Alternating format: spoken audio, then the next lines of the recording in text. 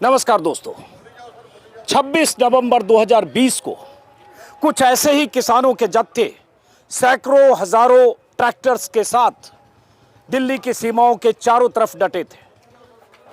टिकरी border, Singhu border और Ghazipur border पर।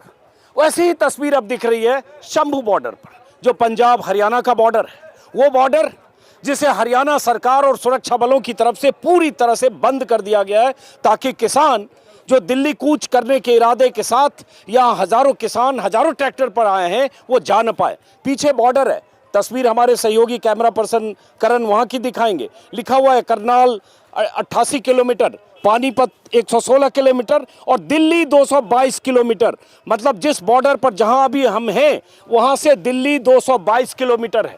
और यही 222 किलोमीटर का सफर ये किसान तय करके दिल्ली पहुंचना चाहते हैं, क्योंकि इन किसानों की मांग है कि एमएसपी को कानूनी जामा पहनाया जाए, एमएसपी कानून बने, कानूनी गारंटी हो। और उसके बाद किसानों की एक लंबी मांग है, जो जिन मांगों पर मोदी सरकार ने भरोसा दिलाया था जब ये किसान 26 महीने पहले दिल्ली से आंदोलन खत्म करके वापस आए थे, और जब प्रधानमंत्री मोदी को मानना पड़ा था कि उनकी तपस्या में कोई कमी रह गई और किसानों के आंदोलन का असर ये हुआ, 378 दिन के आंदोलन का असर, कृषि कानून वापस हुए। लेकिन जो वादे किए गए थे, एमएसपी को गारंटी, एमएसपी पर कानून बनाने के वादे, जो वादे किए थे किसानों पर जो मुकदमे हैं उसकी वापसी के वादे, जो वादे किए थे लखीमपुर खीरी में जो नाइंसाफी हुई उसके वादे, और बहुत सारे वादों की लिस्ट, वो वादों की लिस्ट लेकर एक बार फिर से किसान आ चुके हैं, लेकिन मोर्चे पर हैं। और आज 5वां दिन है।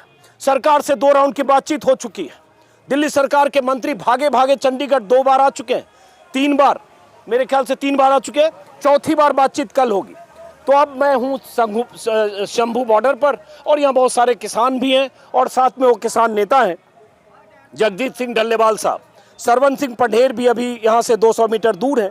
और ये 2 अहम नेता हैं, 2 अहम किरदार, जिनकी जत्थेबंदियाँ और इनके साथ बहुत सारे किसान नेताओं की जत्थेबंदी या उनका संगठन इस मोर्चे पर डटा हुआ है। बात यही है, मांग यही है कि सरकार इस बार मांग हमारी माने, वरना हम लौटेंगे नहीं। तो समझने की कोशिश करेंगे। ये भी आपने देखा होगा कि बीते 4 दिनों के दौरान जब पहले दिन यहाँ आए, 13 तारीख, 14 तारीख, 15 तारीख, लगातार यहाँ आंसू गैस के गोले चले। आंसू गैस के गोले सिर्फ दिन में नहीं चले, रात में भी चले, क्योंकि किसान जाना चाहते हैं आगे। आगे जो सुरक्षा बल है वो आगे बढ़ने नहीं देना चाहते। तो अब एक बार समझेंगे कि अब ये किसान, इनके पास विकल्प क्या है। जो कल बात हुई है किसान नेताओं की, और परसों, माफ करें, परसों जो बात हुई है किसान नेताओं के साथ केंद्र सरकार के मंत्रियों की, उस बातचीत में कोई रास्ता निकलता दिख रहा है। और जो कल रात बात होनी है फिर से, क्या उस बातचीत के बाद ये किसान घर वापस लौटेंगे, या बातचीत अगर इनके लायक नहीं हुई तो इनके पास क्या उपाय है। तो जगजीत सिंह डल्लेवाल साहब, चूंकि आप संयुक्त मोर्चे की उस लड़ाई में भी थे जो दिल्ली की सीमाओं पर 378 दिन जो किसान बैठे, और अब यहाँ 5वां दिन है आज, तो क्या लग रहा है अब आपको, जो सरकार से 3 राउंड की बात हुई, कल की बातचीत की तारीख, समय सब मुकर्रर है, इस बार क्या लग रहा है अब? देखिए, सरकार की जो इच्छा शक्ति के ऊपर ये बात डिपेंड करती है कि उनकी इच्छा क्या है, वो क्या करना चाहते हैं। ये जो अब आपने नई में आपको जो बाहर बात फैलाई जा रही है, अगर उसके ऊपर आप ध्यान दोगे तो ऐसा लगता है कि सरकार इस मामले को टरकाना चाह रही है। अपने अपने तरीके से, अलग अलग माध्यम से ये प्रचार करवाना शुरू किया सरकार ने कि देखिए सरकार के पास समय नहीं है। जो सरकार अंदर बैठी हमें कह रही है, वही बात कुछ उनके लोग हमें सोशल मीडिया के माध्यम से भी लोगों के अंदर फैला रहे हैं। लेकिन हमारा ये कहना है कि अगर सरकार की इच्छा शक्ति हो किसानों के लिए कुछ करने के लिए, अगर एक ही दिन में 3 कृषि कानूनों को लाने के लिए सरकार अध्यादेश जारी कर सकती है, ऑर्डिनेंस जारी कर सकती है, और उसमें भी ये कहा गया कि तुरंत प्रभाव से आज से ही ये लागू होंगे। क्या एमएसपी की गारंटी के कानून के लिए ये अध्यादेश जारी नहीं हो सकता? क्या ये भी हो सकता है, वो अध्यादेश जारी करें। और हमें इसके लिए तो कोई टाइम की ज़रूरत नहीं है। ये तो कभी कभी रात को भी अध्यादेश जारी किया जा सकता है, करती भी है सरकार। सो जो मुझे लग रहा है सरकार की जो नीयत है उसमें खोट लग रहा है। और भी कई तरह के प्रचार किए जा रहे हैं कि देखिए इससे तो बजट बहुत बढ़ जाएगा, इससे तो इतना पैसा लगेगा, कहाँ से आएगा पैसा। तो उसके बारे में भी कुछ बातें निकल कर बाहर आ रही हैं। अगर उनके लोग चैनलों के माध्यम से, सोशल मीडिया के माध्यम से ये भ्रम फैलाने में लगे हुए हैं, चलते हुए तो दूसरी तरफ आप ये देखो कि हमारे जो किसानों के पक्ष में या किसानों की बात करने वाले लंबे समय से जो बात करते आ रहे हैं, हमारे एग्रीकल्चर के एक्सपर्ट्स, बड़े बड़े डॉक्टर साहब, वो भी बात सामने रख रहे हैं, बड़े बड़े इकोनॉमिस्ट हैं, वो भी बात सामने रख रहे हैं। उनकी रिपोर्ट्स जो निकल कर आई हैं, एक रिपोर्ट में तो ये कहा गया कि एग्रीकल्चर को अगर खेती कानून एमएसपी गारंटी का कानून दिया जाता है तो केवल 2.5 लाख करोड़ रुपया सरकार को और खर्च करना पड़ेगा। और उन्होंने ये भी स्पष्ट किया कि पिछले सालों में एग्रीकल्चर का जो जीडीपी में पार्टिसिपेशन रहा, जो उनका हिस्सेदारी रही, वो लगभग 20% के पास रही। अगर 20% देश की जीडीपी में हिस्सा डालती है खेती, क्या उसके लिए 2.5 लाख करोड़ नहीं निकल सकता? कि जब इस पे डिपेंड लोग लगभग 60% लोग इस पे डिपेंड हैं। एक नई और अभी एक और किसी की स्टडी बाहर आई है, उन्होंने तो बहुत कम कहा। क्रिसिल की स्टडी एक आई है, क्रिसिल की। वैसे आंकड़े कई तरह के हैं। कुछ आंकड़े आ रहे हैं कि 10 लाख करोड़ का बर्डन होगा, कुछ आंकड़े आ रहे हैं 5 लाख करोड़, कभी कहा जा रहा है 16 लाख करोड़। तरह तरह के आंकड़े हैं कि अगर एमएसपी की गारंटी दी गई और एमएसपी पर सारी फसलें खरीदी गई तो इतना बर्डन आएगा। हालांकि उस पर मैं आगे आता हूँ सवाल, उसमें बहुत सारे किसान लीडर ये भी कह रहे हैं, आपकी भी राय शायद होगी, कि हम ये नहीं करें सारा सरकार खरीदे, जो भी खरीदे जाए वो एमएसपी पर खरीदा जाए, चाहे प्राइवेट व्यापारी खरीदे, ये भी कह रहे हैं शायद आप। देखिए, मांग ही ये है, एमएसपी की गारंटी का कानून बनाने के लिए हमारी यही मांग है कि जो भी हमारी फसल खरीदे, भले सरकार खरीदे या फिर मतलब व्यापारी खरीदे, उससे कम हमारी फसल नहीं बिकनी चाहिए। अगर कहीं पे सरकार को अपनी जेब से कुछ व्यापारी ने पैसे दे दिए, उसने खरीद ली, जो घाटा पड़ा वो सरकार उनका पूरा कर सकती है, जिसको ये बोलते हैं भावांतर योजना के तहत देते हैं, वो दे सकते हैं ये। लेकिन जो हमें नई स्टडीज बता रही हैं, वो ये बता रही हैं कि केवल 36,000 करोड़ रुपया देने से 60% लोगों क्या बड़ा हो सकता है। जो आज सुसाइड कर रहे हैं उनको बचाया जा सकता है। तो उसके ऊपर सरकार को ध्यान देने की जरूरत है आज, जो सरकार ध्यान नहीं दे रही। अब ये बताइए, देखिए मैं फिर कहूँगा कि एमएसपी की गारंटी देना, जिसमें ये कहना कि सारी फसलें सरकार न खरीदे, जो भी फसलें खरीदी जाए सरकार जो खरीद रही खरीदे, और जो फसल प्राइवेट कारोबारी भी खरीदते हैं वो एमएसपी से कम पर न खरीदे, क्योंकि सबको पता है कि अगर बाजरे की कीमत 2450 या 2500 है, वो 1800-1900 में किसान बेचते हैं, यही गेहूँ और बाकी। लेकिन एमएसपी के अलावा बहुत सारी और मांगे हैं। कुछ उस पर आने से पहले ये बताइए, सरकार से चूंकि केंद्रीय मंत्रियों से 3 बार बैठक हुई, आपको उनकी मंशा में खोट नजर आता है, लेकिन भाई 6-6 घंटे के लिए पीयूष गोयल, अर्जुन मुंडा और नित्यानंद राय चंडीगढ़ तो आए 3 बार, और एक हफ्ते में 3 बार, अब फिर कल आ रहे हैं। तो कुछ तो सरकार को लग रहा होगा, सुने तब आ रहे हैं, या आप सिर्फ ये आपने बॉर्डर जाम कर लिया और बंद कर लिया इसलिए आ रहे हैं? देखिए, मामला ये जो मुझे लग रहा है कि सरकार एक लोगों के अंदर नैरेटिव बनाने का प्रयास कर रही है कि देखिए, हम तो किसानों की बात चंडीगढ़ में आकर सुन रहे हैं, अपने आप को अच्छा साबित करने के लिए कि हम तो किसानों के पक्ष के लोग हैं, ये साबित करने पे लगे हुए हैं। लेकिन मामला ये है कि अगर भाई आप चंडीगढ़ में आकर बातचीत करते हो, जब मामला एमएसपी की गारंटी के ऊपर आता है, जब मामला डॉक्टर स्वामीनाथन की रिपोर्ट के ऊपर आता है, जब मामला किसानों की ऋण मुक्ति के ऊपर आता है, जब मामला एग्रीकल्चर को WTO से बाहर निकालने का आता है, जब मामला लैंड एक्विजिशन एक्ट सन 2013 को लागू करने के ऊपर आता है, तब सरकार पल्ला को झाड़ देती है। यही तो हमारी मांगे हैं, जिन मांगों को इन्होंने ये कह रहे हैं कि हमने मान ली है। हमारे कृषि मंत्री जी ने कहा, बहुत सारे पत्रकारों ने मेरे से सवाल पूछा कि देखिए जी, मंत्री जी तो ये कह रहे हैं कि 90% मांगे आपकी मान ली गई हैं। लेकिन मेरा ये कहना है, जिन मांगों को मानने की ये बात कर रहे हैं, वो तो पिछले आंदोलन की बाय प्रोडक्ट सी। उसी आंदोलन के दौरान वो तो पहला आपसे जानना चाह रहे हैं कि जो तीसरी बैठक हुई परसों जो तीसरी बैठक हुई 5 घंटे चली, शायद बीच में कुछ गर्मा गर्मी भी हुई क्या? कुछ ऐसी बात डिफरेंसेज ऐसा भी हुआ? 20 मिनट के लिए ब्रेक हुआ, फिर बाहर गए, फिर आए, ऐसा भी कुछ हुआ परसों की मीटिंग में? नहीं, देखिए उस दिन मामला ये था कि हम सरकार को ये पूछ रहे थे बार बार कि क्या देश का किसान अगर वो पंजाब से आ रहा है, राजस्थान से आ रहा है, मध्य प्रदेश से आ रहा है, उड़ीसा से आ रहा है, कर्नाटका तमिलनाडु से आ रहा है, उनको आप अलग अलग जगह पे जेलों में बंद कर रहे हो। एक बात, अगर जो किसान यहाँ पे आया है अगर वो बॉर्डर तोड़ भी देगा तो उससे नुकसान ज़्यादा होगा, या फिर जिन लोगों के ऊपर आप अथरू गैस छोड़ रहे हो, अथरू गैस का हमें बहुत कम चिंता है, वो छोड़ते रहे हैं, छोड़ती होती है सरकार, छोड़ा करती है। लेकिन अंजुम जी, आज तक मैंने तो अपनी लाइफ में इतनी लाइफ होगी कहीं पे सरकार सीधी गोली चलाती नहीं दिखी। जो रबड़ बुलेट चलाने की बात होती है वो बहुत आगे जाकर होती है, वो स्थिति नहीं थी यहाँ पे। अगली बात और भी गंभीर ये बात है, मुक्के मोटार के साथ यहाँ पे हमले हुए। हम सरकार से ये पूछ रहे थे कि ये बताओ भाई, हम कहीं बाहर से आए हैं, अगर पंजाब का किसान है, हरियाणा का किसान है, इनको आप दो दर्जे का नागरिक क्यों समझते हो भाई? हम भी तो देश का हिस्सा हैं, हम अपनी डिमांड लेकर आ रहे हैं, अपनी बात लेकर आ रहे हैं, नहीं हमें आपने अपने अंदर आने देना, तो हमारी मांग यहीं पे बैठे। तो क्या कहा, क्या हुई उस बातचीत में? तो उस मामले में के ऊपर सरकार बिल्कुल ऐसे बैठ जाते हैं हमारे मंत्री महोदय, जैसे कि उनके ना तो कान हो ना जुबान हो, कि उन्होंने तो कुछ बोलना ही नहीं। तो अब बात आती है डल्लेवाल साहब कि जैसे जो बात आपने मंत्रियों से या सरकार से हुई, अब कल की बात जो वक्त मुकर्रर है रविवार को बात, तो ऐसा लगा कि कुछ बात फाइनल स्टेज में है, चैनलों पर चल रहा है, बहुत सारी मांगे मान ली गई, आप भी कह रहे हैं आपके पास पहुंची होगी 90% मांग मान ली गई। तो क्या मान ली गई मांग और क्या नहीं मानी? एमएसपी पर पेच फंसा है, एमएसपी कानून पर?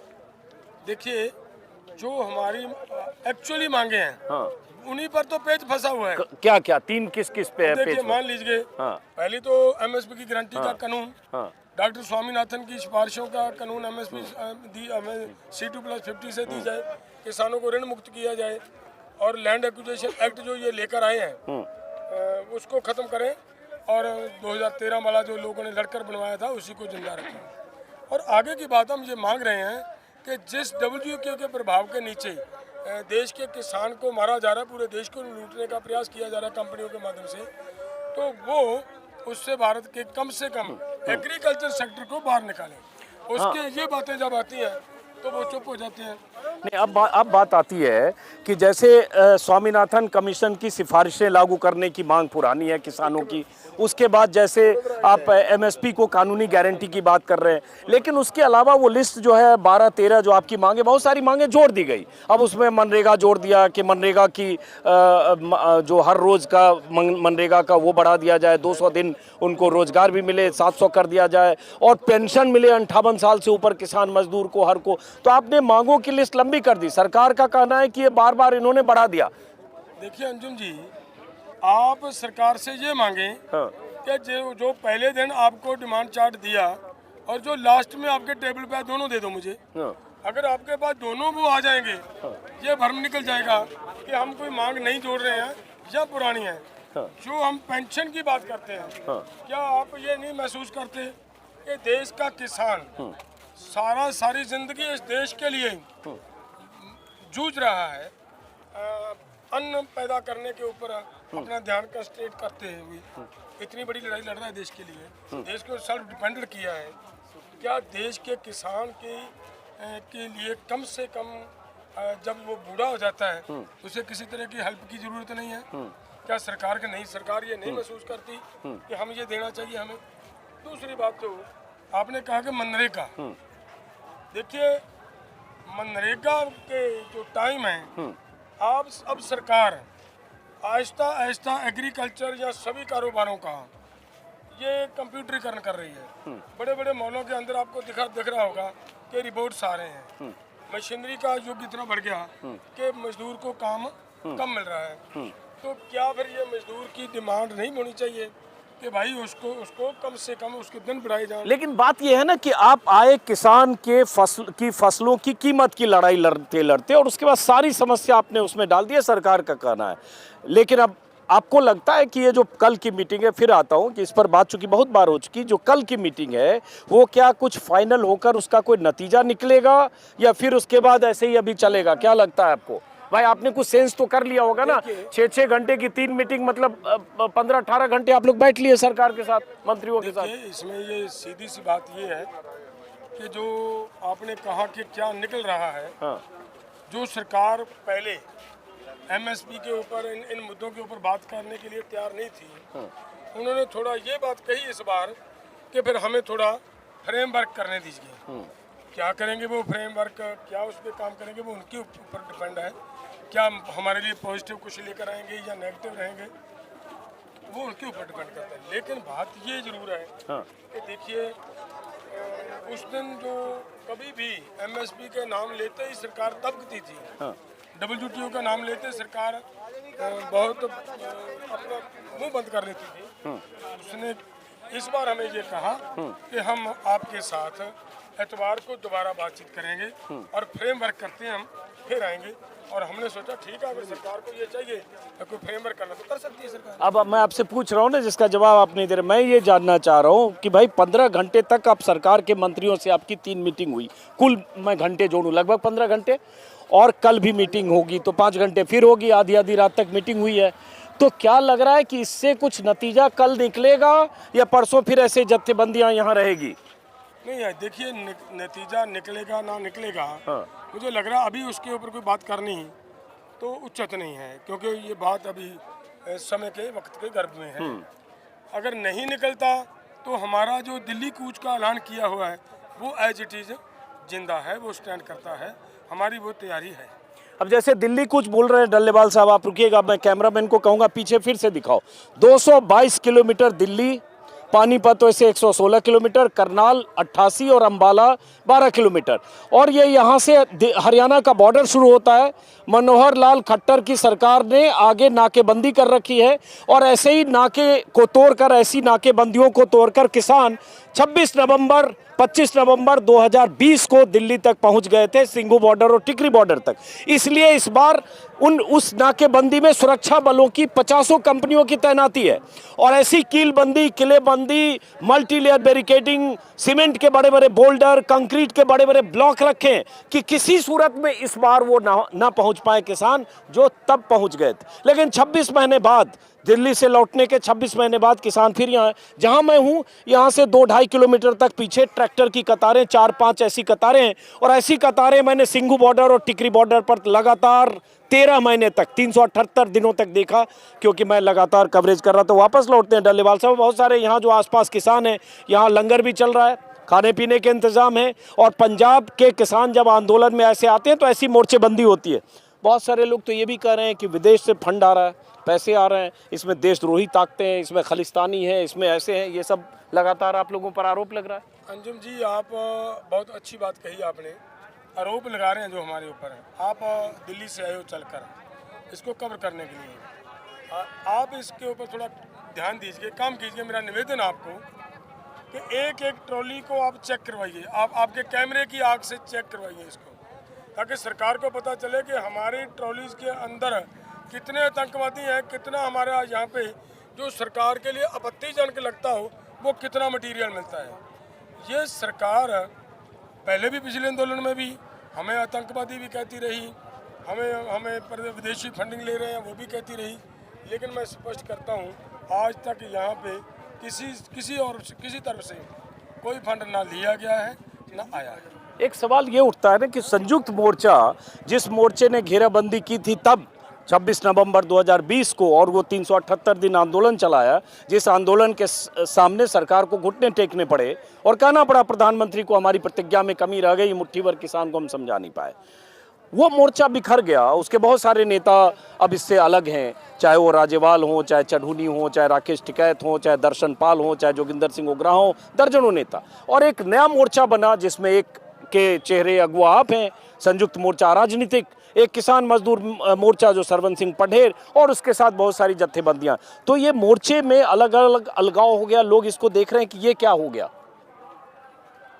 लड़ाई अगर एक थी तो ये बिखराव हो गया। देखिए, विचारधारा का जो अंतर रहेगा, अगर पहले देश की एक ही ऑर्गेनाइजेशन बनी थी और विचारधारा के लोगों की जब जब अपनी अपनी विचारधारा का मामला आया तो उन्होंने अलग अलग ऑर्गेनाइजेशन बनती गई।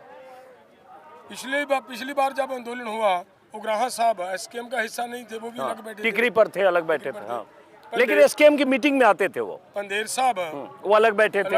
हाँ, एसकेएम की बैठक में भी नहीं आते थे। हाँ, वो नहीं आते थे। लेकिन आंदोलन तब भी लड़ा गया, तब भी उन्होंने लड़ा। लेकिन मामला ये है कि ये जो आपको दिख रहा है, आप ईमानदारी से आप चेक कर रहे हो, देखना, आपने रात शाम को मुझे बताना, देश को बताना कि क्या यहाँ पे जिस तरीके से लोगों की पार्टिसिपेशन हो रही है, जिस तरीके की गांव में जागृति आ रही है। और इससे अलग बात, मैं बड़ी बात ये कहना चाह रहा हूँ, हरियाणा के अंदर उस समय इतनी सख्ती नहीं थी जितनी इस बार दिख रही है। इसलिए कि उस बार आप तोड़ के सब चीज बैरियर हटा के पहुंच गए थे, तो इस बार उन्होंने इंतजाम किया, ना पहुंच पाए। अंजुम जी, मैं और भी बात कह रहा हूँ, होता है ना, दूध का जला छाछ फूंक कर पीता है। हमें सड़कों पे रोक लें, हाँ। अपनी बैरिकेडिंग कर सकते हैं। उन्होंने क्या कर रखा है, हमारे गांव में बैठे जो किसान भाई हैं उनको गांव में घेर रखा है, एक एक गांव में पुलिस लगाकर लोगों को घेर रखा है। इसका मतलब ये है कि आंदोलन की आहट, आंदोलन की सुगलाहट हर गांव में हरियाणा के अंदर वो दिख रही है इनको। तो आंदोलन लोग लड़ते हैं, हम नेता नहीं लड़ते। आंदोलन तो लोगों ने लड़ना होता है। लोग अब आप देख लीजिए, गैर राजनीतिक सोच के साथ लोग आज भी आंदोलन लड़ रहे हैं। लेकिन जैसे जैसे डल्लेवाल साहब, परसों जोगिंदर सिंह उग्राहा की तरफ से, मैं मानता हूँ बहुत बड़ा संगठन है पंजाब का उनका, और टिकरी बॉर्डर पर हजारों लोग उनके थे, महिलाएं भी बहुत उस जत्थेबंदी में है। परसों उग्राहा साहब की तरफ से भी आया, जो पटरियां, रेलवे पटरी बंद किया गया। फिर संयुक्त मोर्चे ने टोल फ्री किया, दर्शन पाल की तरफ से बयान आया, चढ़ूनी ने भी कुछ समर्थन का ऐलान किया। क्या ऐसी स्थिति बन सकती है कि वो मोर्चे के नेता भी फिर एक साथ संयुक्त बन सकते, इस मोर्चे का हिस्सा बन सकते हैं, या आप इस लड़ाई को उस संयुक्त मोर्चे के उन नेताओं से अलग ही लड़ना चाहते हो? नहीं, हमारी कोई ईगो का मामला नहीं है, हमारा सिर्फ रूल्स एंड रेगुलेशंस का मामला है। हाँ। अगर कोई गैर राजनीतिक रहकर लड़ने वाला कोई भी साथी होता है तो उसके लिए तो हम उसके घर पे जाकर भी हम उनसे तालमेल कर रहे हैं। हमारी एक कमेटी बनी है कि भाई साथ दीजिए। लेकिन एक बात ये भी बहुत बड़ी है ना कि ये पहले ही हमें तो ये कह रहे हैं कि ये जो मोर्चा है, कभी बोलते हैं कांग्रेस का स्पॉन्सर्ड है, कभी इसको बोलते हैं आम आदमी पार्टी का स्पॉन्सर्ड मोर्चा है। अगर इसमें कोई भी पॉलिटिकल आदमी आ जाएगा तो फिर तो मतलब उनको हमारे ऊपर दोष लगाना बड़ा आसान हो जाएगा। तो उस मोर्चे में मतलब पॉलिटिकल लोग ज्यादा हैं? आपको मेरा ख्याल है मेरे से ज़्यादा बेहतर पता होगा। नहीं, मुझे नहीं पता, आप थोड़ा बताइए। मुझे लग रहा है इस मुद्दे के ऊपर ज़्यादा टिप्पणी करनी मैं उचित नहीं समझता। ओके, तो इस मोर्चे के बारे में भी लोग कहते हैं कि आम आदमी पार्टी का समर्थन है, कांग्रेस का। आप खुद कह रहे हैं, कहते भगवंत मान है, वो बैठक में भी होते हैं, आम आदमी पार्टी के नेता हैं, मुख्यमंत्री हैं, उनका भी सपोर्ट है। तो ये आरोप लगता है कि विपक्ष का आरोप है। देखिए, बड़ा ध्यान से सुनने वाली बात है। भगवंत मान जी को इस बार हमने अपील की थी कि आप बैठक में आएं, क्योंकि ये जो यहाँ हम बैठे हैं ये पंजाब का एरिया है। बैरिकेडिंग पंजाब के अंदर है, हरियाणा का जो क्षेत्र है इससे मेरा ख्याल है 100-150 मीटर आगे जाकर आएगा। भगवंत मान को हम ये कहना चाहते थे कि सरकार पंजाब की है, आप पंजाब के मुख्यमंत्री हो और पंजाब के बॉर्डर दिखाइए। पंजाब के अंदर अगर कोई दूसरी सरकार आकर बैरिकेडिंग करके बैठी, आप क्यों नहीं इसके ऊपर संज्ञान ले रहे? एक बात। दूसरा, हमने ये कहा था कि पंजाब के लोगों के ऊपर आपकी जिम्मेदारी बनती है कि लोगों को प्रोटेक्शन दें। वो देने की बजाय आप आराम से बैठे हो और आपके लोगों के ऊपर मोटार के हमले किए जा रहे हैं, गोली चलाई जा रही है, सीधी गोली चलाई जा रही है, SLR की मतलब फायरिंग हो रही है हमारे किसानों के ऊपर। वो सब उलांबा देने के लिए हमने खुद बुलाया था कि आप आइए बैठक में और ये देखिए यहाँ की व्यवस्था क्या है। तो उनको वो झाड़ पाने का हमारा प्रयास है, रहेगा हमारी। एक मैं और भी क्लियर करता हूं। जब हम पंजाब सरकार के खिलाफ लड़ते हैं तो पंजाब वाले कहते हैं आप बीजेपी के प्रति सॉफ्ट कॉर्नर में हो। अगर हम बीजेपी के खिलाफ आज पंजाब सेंट्रल गवर्नमेंट के खिलाफ लड़ रहे हैं, मेरा बीजेपी के साथ कोई लड़ाई नहीं है, हमारी लड़ाई है सरकार के साथ, केंद्र की सरकार के साथ। अगर जो पार्टी की वहाँ पे सत्ता में होगा वो हमें दूसरा बताएगा। अगर आज सत्ता में बीजेपी है तो वो हमें कांग्रेस का भी कहेंगे, आम आदमी पार्टी का भी कहेंगे। आपका एक वीडियो वायरल हो रहा है डल्लेबाल साहब, जिस वीडियो में आपने कहा है कि मोदी का ग्राफ राम मंदिर के बाद बहुत ऊपर जा रहा था, तो उस ग्राफ को नीचे करने के लिए ये सब हो रहा है। नहीं, ये बात थोड़ी आप मैंने उतना ही वीडियो देखा जो ट्विटर पर वायरल हो रहा है, जिससे लग रहा है कि आपको कई सुपारी दी गई है कि मोदी के ग्राफ को डाउन करना है, जो राम मंदिर से ऊपर उठ गया, विपक्ष ने सुपारी दे दी। ऐसे ही सारे चैनल चला रहे, पता होगा आपको। अंजुम जी, बहुत इंपॉर्टेंट बात इसमें ये देखने वाली है कि भाई वो तो इतनी लंबी वीडियो होगी, उसमें इतना सा पक्ष काट काट कर क्यों दिखाया जा रहा है? इसका मतलब उसकी सच्चाई कुछ और है, तभी उसको काट कर दिखाया जा रहा है। जो हकीकत क्या है, देखिए हमारे युवा हैं, सरकार हमें बार बार कह रही है कि अपने युवाओं को कृपया शांत रखें, और ये हमारी भी जिम्मेदारी बनती है कि हम अपने यूथ को ये कहें कि हमारा आंदोलन इम्पोर्टेंट है, जीतना बहुत ज़रूरी है। जीतने के लिए वही हमारा फार्मूला जो 13 महीने हम शांति से बैठकर वहाँ पे आंदोलन लड़ा गया, उसी तरीके से हम जीते हैं। इस समय जो मैं अब आपके माध्यम से भी कहता हूँ कि केंद्र सरकार इतनी ईगो में है कि एक तरफ तो हमें बुलावा दिया जा रहा है कि आप बातचीत में आए, और दूसरी तरफ हमारे यहाँ पे मोटार के हमले किए जा रहे हों, और हम हमारे यूथ से ये अनुमति ले रहे हों कि भाई हमें आप क्या इजाज़त देते हो बैठक में जाने के लिए, तो वो क्या किया जा रहा है वहाँ पे, मतलब मोटार का हमला करके कि इनको अनुमति ना मिले। नहीं, आप उस वीडियो मुझे बात पूरी कर रहा हूँ, उसी की बात कर रहा हूँ। तो हम उस समय ये कह रहे थे कि भाई शांत रहें, कृपया शांत रहें, आप शांत रहोगे तो जीतेंगे, नहीं तो हमारा जीतने का कोई सवाल नहीं है। जितनी ईगो है सरकार के ऊपर, सरकार के दिमाग में, वो आपकी बात ऐसे मानने वाली नहीं है। आप जिस तरीके से उनके जबर का मुकाबला सब्र से कर रहे हो, ये तरीके से सरकार की ईगो नीचे आएगी। मेरा कहने का मतलब सिर्फ इतना। लेकिन उसमें ये क्या बोल रहे थे आप कि मोदी का ग्राफ राम मंदिर की वजह से बहुत ऊपर चला गया, उसको नीचे लाना है, इसी आंदोलन से आएगा, या विपक्ष ने ऐसा नीचे लाने की हमारा पहले से ही ये क्लियर है कि हमारा सरकार का किसी तरह का कोई मामला नहीं है। लेकिन ये बात जरूर है कि जो सरकार आज आप ध्यान से देखिए, हमारे लोगों को आपस में लड़ाने का, खिंडाने का काम जो सरकार कर रही है, इसी माध्यम से कर रही है। और हमारा ये कहना है कि वो लोगों को आपस में लड़ा के बांट कर आगे जो अपने आप को एक हिंदुत्वी एजेंडे के ऊपर मतलब टिका कर अपनी सीट को बचाने पे लगा हुआ है, उसको उसकी ईगो को हट करना, उसको नीचे लाना, तो सरकार को ये घुमाकर उसी जगह पे लाना कि आपकी बात मांगे। उसके लिए ज़रूरी है कि जब तक लोगों की सहमति आपके साथ लोगों के साथ नहीं होगी, जब तक लोगों की सहमति आपके साथ नहीं होगी, तब तक आप जीत नहीं पाओगे। अब शांति से हमारे युवाओं ने वो सभी झेला, उसी की वजह से आप इतने लोगों की सहमति नजर आ रही है ना आपको। अब ये बताओ कि जैसे ये लोग जो चैनल पर और सोशल मीडिया पर भी बहुत सारे लोग ये दिखाते बताते हैं, थोड़ा पीछे की तस्वीर करण, थोड़ा पीछे की तस्वीर ऐसे दिखाना, ये सड़क पर, ये हाईवे पर, इस हाईवे का नंबर क्या है, कितने नंबर, NH44 माफ़ करें, NH44 पर ये 4 लाइन ट्रैक्टर यहाँ से लेकर 1-1.5 किलोमीटर तक है, और ये हज़ारों किसान भी होंगे, लंगर चल रहा है, खाना चल रहा है यहीं पर। अगर ये आंदोलन लंबा चला तो कहीं ऐसा न हो जाए जैसे सिंघू और टिकरी पर हुआ। तो बहुत सारे जो नेशनल चैनल हैं, उसमें बहुत सारे जो सोशल मीडिया पर कहते हैं पैसे इतने कहाँ से आ रहे हैं, लंगर इतना कहाँ से चल रहा है, ये फंडिंग कहाँ से आ रही है। लोग कहते हैं कनाडा से फंडिंग हो रही है, तो अमेरिका से फंडिंग हो रही है, तो खालिस्तानी फोर्सेज फंडिंग कर रही है, तो देशद्रोही ताकतें फंडिंग कर रही है। बहुत पैसा आ रहा है इन किसानों के पास, इसलिए बार बार आंदोलन में आ जाते हैं ताकि फंडिंग पीछे से जारी रहे। अंजुम जी, मैं क्या बताऊं, अब मैं तो फंडिंग खोजने आ रहा हूं कि रखा हुआ कहाँ है। आप इसको कृपया, मैं आपसे फिर निवेदन करता हूं, एक ट्रॉली में आप घूमिए। ये अभी आप देख रहे थे ना, वो लड़के यहाँ पे किन्नू लेकर आए हैं और यहाँ लोगों को बांट रहे हैं।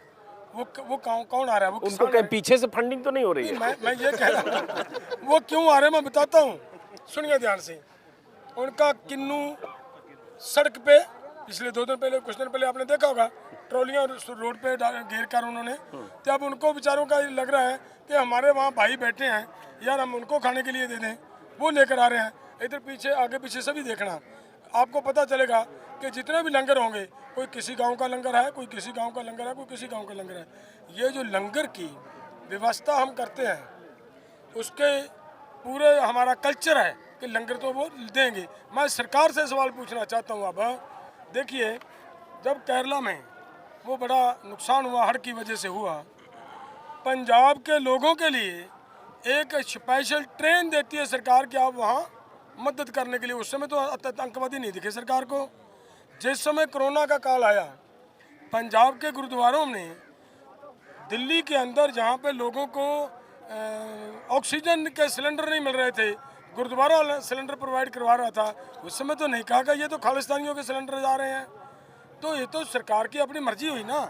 जब हमें खालिस्तानी की मोहर लगानी है तब भाई उनके हाथ में लगा दें। जब हमारे आप ये नहीं बता रहे करोड़ों आ कहाँ से रहे हैं? अरे भाई मैं किस रूट से आ रहे हैं? हवाला से आ रहे हैं, कैश में आ रहे हैं, काइंड में आ रहे हैं, सीधे अकाउंट में ट्रांसफर हो रहे हैं, ट्रैक्टर में आ रहे हैं? ये मीडिया वाले सब जानना चाहते हैं नेशनल चैनल पे। हमारा यहाँ पे एक भी पैसा फंडिंग ना, हमारा कोई निशाना है ना, हमने इकट्ठा करना है ना इकट्ठा करेंगे।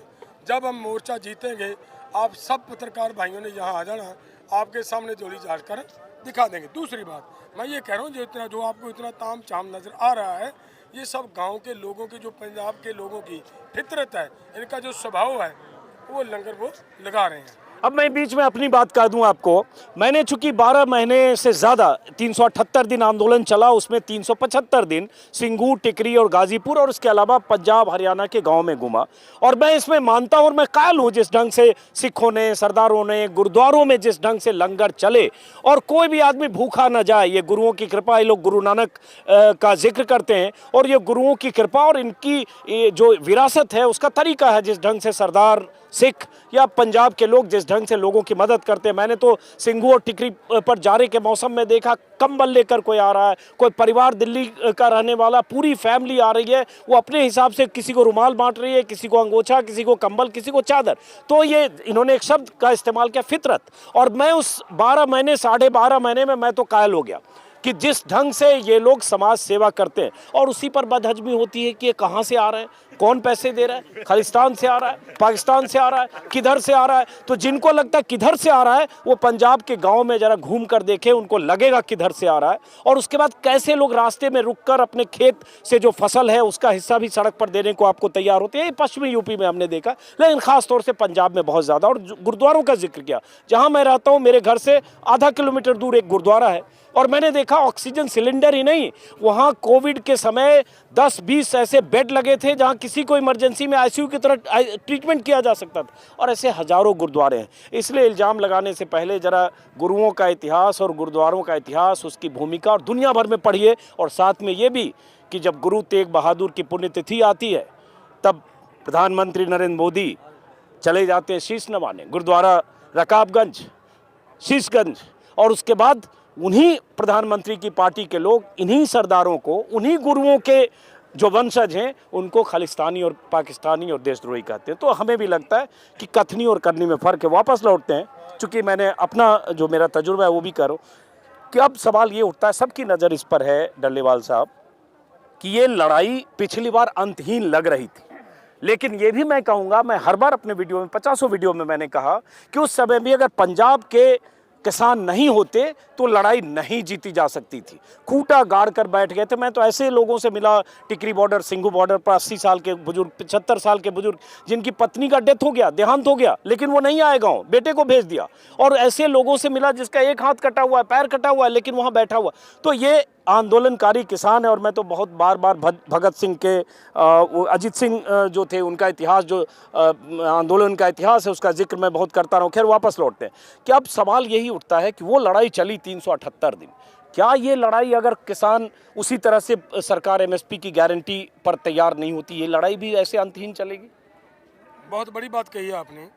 देखिए, ये जो लड़ाई है एमएसपी की गारंटी के कानून की, हमें इसलिए कहना पड़ रहा है कि एमएसपी की गारंटी का कानून दे सरकार, लेकिन किसानों को ये बात समझनी, आपके चैनल के माध्यम से मैं पूरे देश के किसानों को समझाना चाहता हूँ कि ये इतनी जल्दबाजी से आंदोलन कभी नहीं ऐसा जीता जाएगा। क्यों?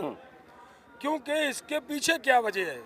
इसके पीछे है जो हमारे देश ने 1994 में अजीत जी एक कॉन्ट्रैक्ट साइन किया।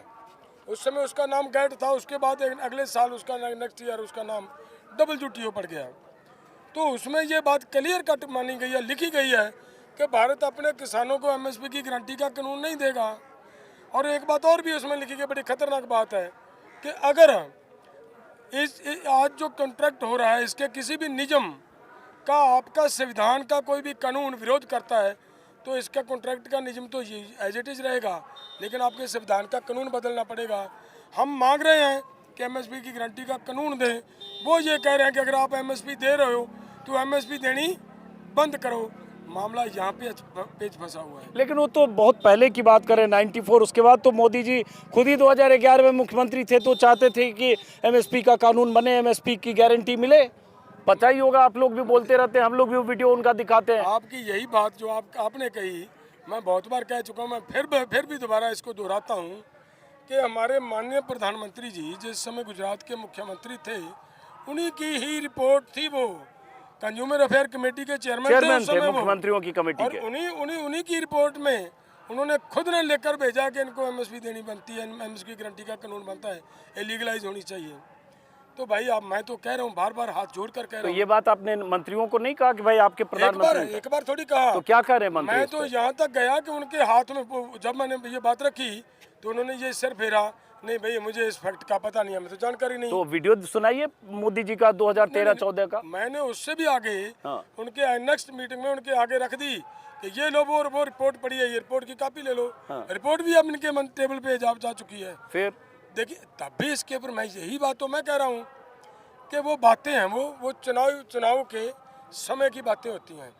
जब सत्ता पे आए हैं तो अब उसी WTO के पक्ष में बोल रहे हैं। आप WTO की बात कह कर देखो, इन्हीं का पीयूष गोयल जी का एक मेरे पास अब भी होगा वो एक अखबार की खबर है 17 सितंबर 2021 की।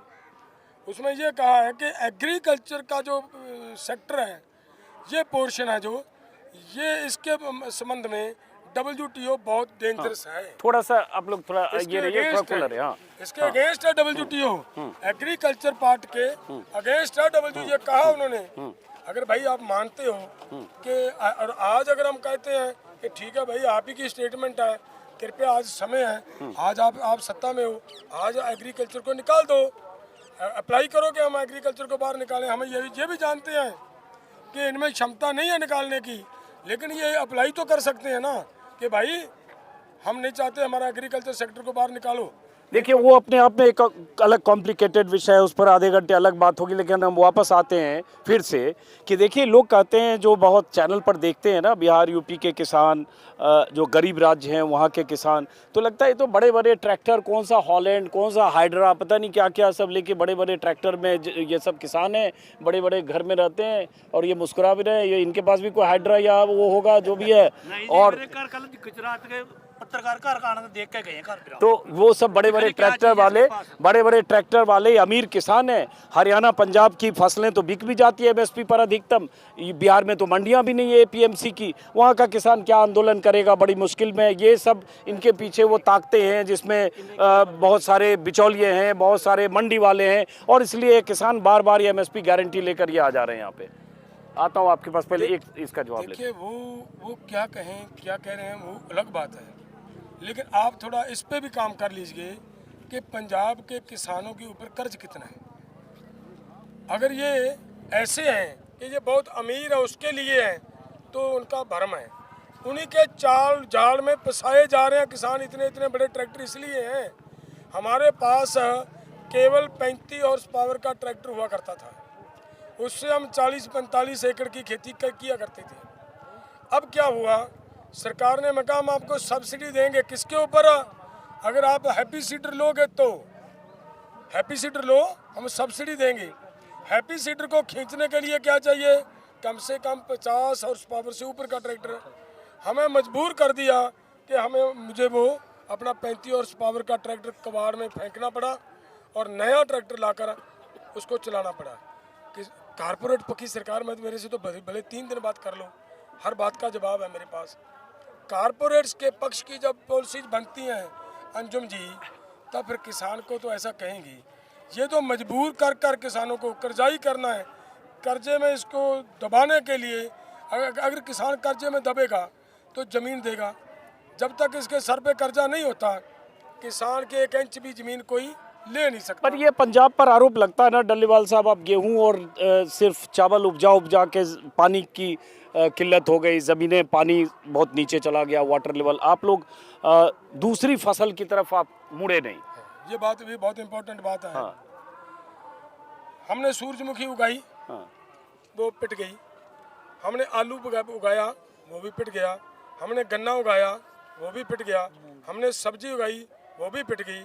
हमने दालें उगाई, वो भी पिट गई। तो ये मोदी जी की वजह से थोड़ी पिट गई। मैं यही कह रहा हूँ, मैं कह रहा हूँ कि इन फसलों के ऊपर जितनी एमएसपी तय होती है, अगर ये फसलें एमएसपी के ऊपर खरीदी की गारंटी का कानून दे दें, ये भी उसके भाव हिसाब से बिकने शुरू हो जाएं, तो हम क्यों गेहूं भी उगाएंगे, हम क्यों धान उगाएंगे, हम अपना पानी का घान क्यों करेंगे। तो एमएसपी के लिए सबसे अधिक आप ही लोग क्यों लड़ते हो? बिहार में क्यों नहीं लड़ाई हो रही है, यूपी में क्यों नहीं हो रही है? आप ही क्यों ऐसे सैकड़ों ट्रैक्टर लेकर आ रहे हो? वहाँ किसान इतने क्यों नहीं बौखला रहे हैं? मैं ये बताता हूँ आपको, वहाँ पे एक बड़ी समस्या है अंजुम जी। आप उस पिक्चर को वहाँ जाकर कभी भी चेक करना। पिछला आंदोलन हुआ, बिहार के किसान हमारे पास आए, हमने रात में उनके साथ बैठे, खाना खाया। मैंने उनसे पूछा कि भाई आप नेता आए हो, आपके लोग क्यों नहीं आए? उनका पता क्या कहना था? सच्ची बात बता रहा हूँ भाई, मन रोता है उनकी कंडीशन को देखकर। उन्होंने ये कहा कि हमारे किसानों के पास ट्रेन का किराया देने के लिए पैसे। सर मैं बिहार का रहने वाला हूँ, मैं जानता हूँ ना। ठीक है ना, इतनी ज्योति नहीं है वहाँ किसानों के पास। क्या हालात है वहाँ का।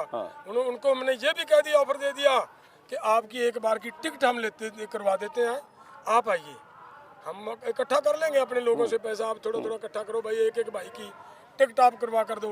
किसी को भी बोल दें बिहार के एक भाई की टिकट करवानी है, आप पैसे तो दे देंगे हमारे लोग, हम आपकी टिकट करवा देते हैं।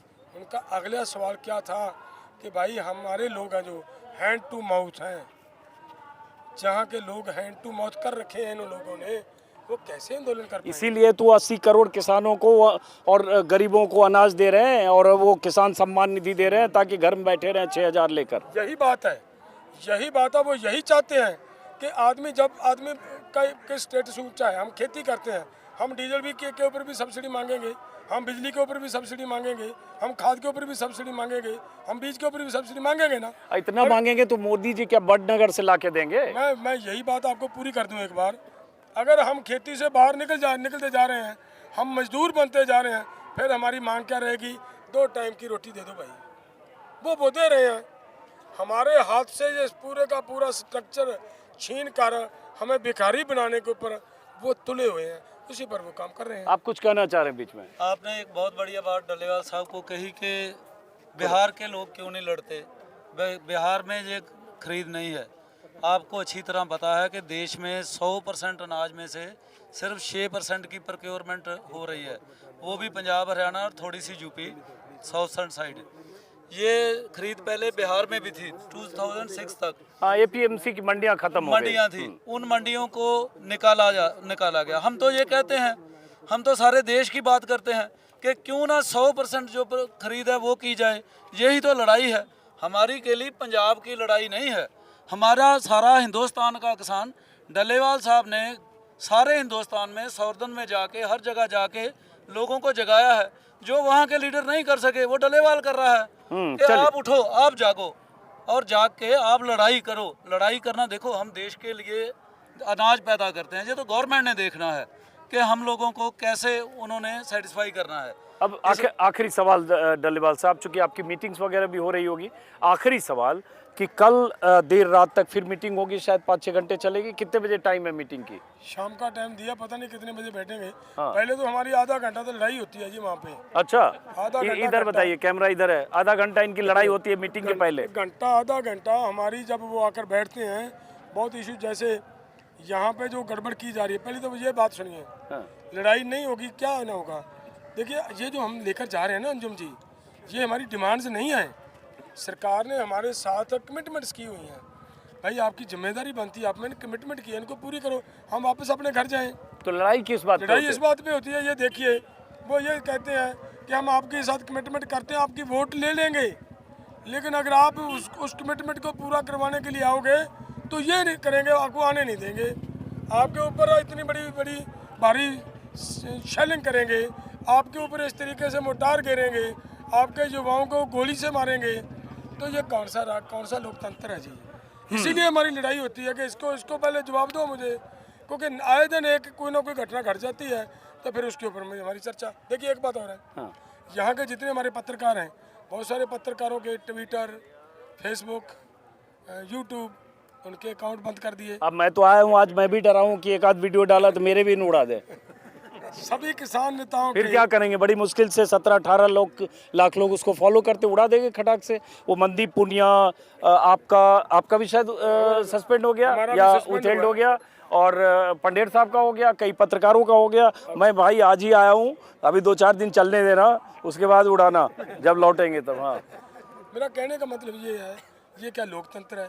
हर देश में जाकर हमारे माननीय प्रधानमंत्री जी ये कहते हैं कि वर्ल्ड का सबसे बड़ा डेमोक्रेसी, मदर ऑफ डेमोक्रेसी है। मदर ऑफ डेमोक्रेसी इंडिया है। हाँ। अगर भाई मदर ऑफ डेमोक्रेसी में ये होता है कि लोगों की आवाज़ उठाने वाले ये पत्रकार, इनके आप ट्विटर उड़ा दोगे, इनके आप फेसबुक अकाउंट से उड़ा दोगे, और हमारे जो लोग बात लोगों की रख रहे हैं, आज तक अंजुम जी मैंने जितना भी बोला है, जितनी बार मैं वीडियो डाली है, कहीं पे भी मेरा भाषण है, पिछले आंदोलन में भी आप चेक कर लीजिए, एक भी आंदोलन की किसी भी प्रोग्राम में हमने कभी लोगों को उकसाने का आज तक वीडियो नहीं मिलेगा। मेरा ट्विटर अकाउंट उड़ाने का, मेरा इधर फेसबुक का अकाउंट उड़ाने का क्या मतलब है? आप मोदी जी जिंदाबाद एक बार रोज डाल दिया कीजिए, नहीं उड़ेगा आपका।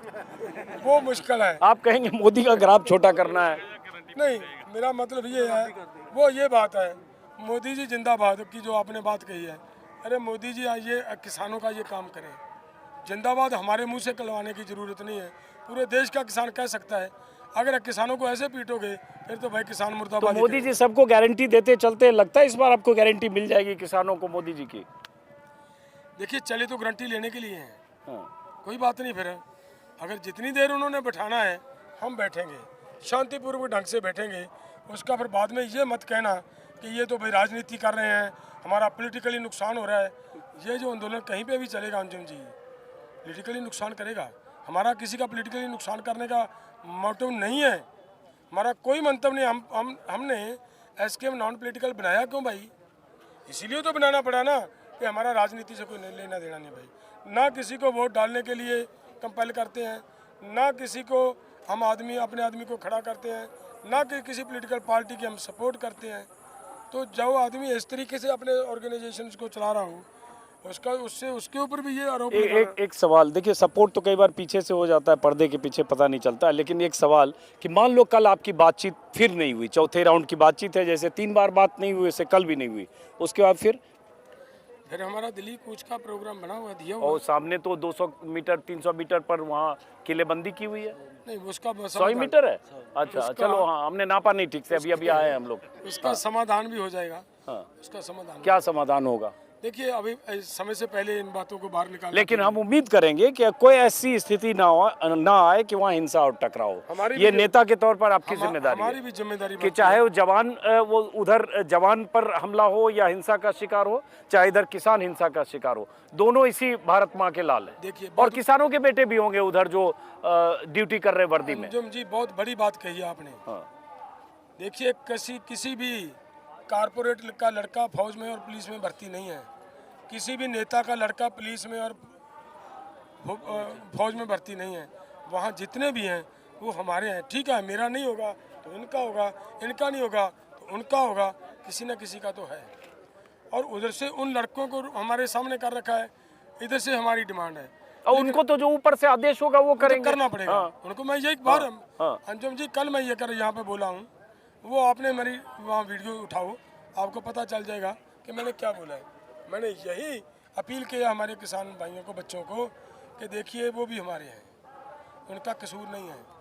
उनको जिस तरीके से सरकार ने देश के अंदर अनएम्प्लॉयमेंट का जो माहौल बनाया, और बेरोजगारी की वजह से उनकी मजबूरी है रोटी के लिए वहाँ पर खड़ना, उनकी मजबूरी नहीं, है। लेकिन डल्लेवाल साहब बेरोजगारी नहीं कहिए। देखिए, अगर वो कोई पैरामिलिट्री फोर्सेज में है, सीआरपीएफ में है, या पंजाब पुलिस में है, या हरियाणा पुलिस में, वो ड्यूटी है, वो भी एक तरह से देश के लिए और इस ज़मीन की ड्यूटी कर रहा है, हिफाजत कर रहा है। नहीं अंजुम जी, ये ड्यूटी जो पैरामिलिट्री फोर्सेज लगाई हैं, वो जो पुलिस होती है वो लॉ एंड ऑर्डर को फॉलो करने के लिए होती है, वो लोगों की सुरक्षा के लिए होती है।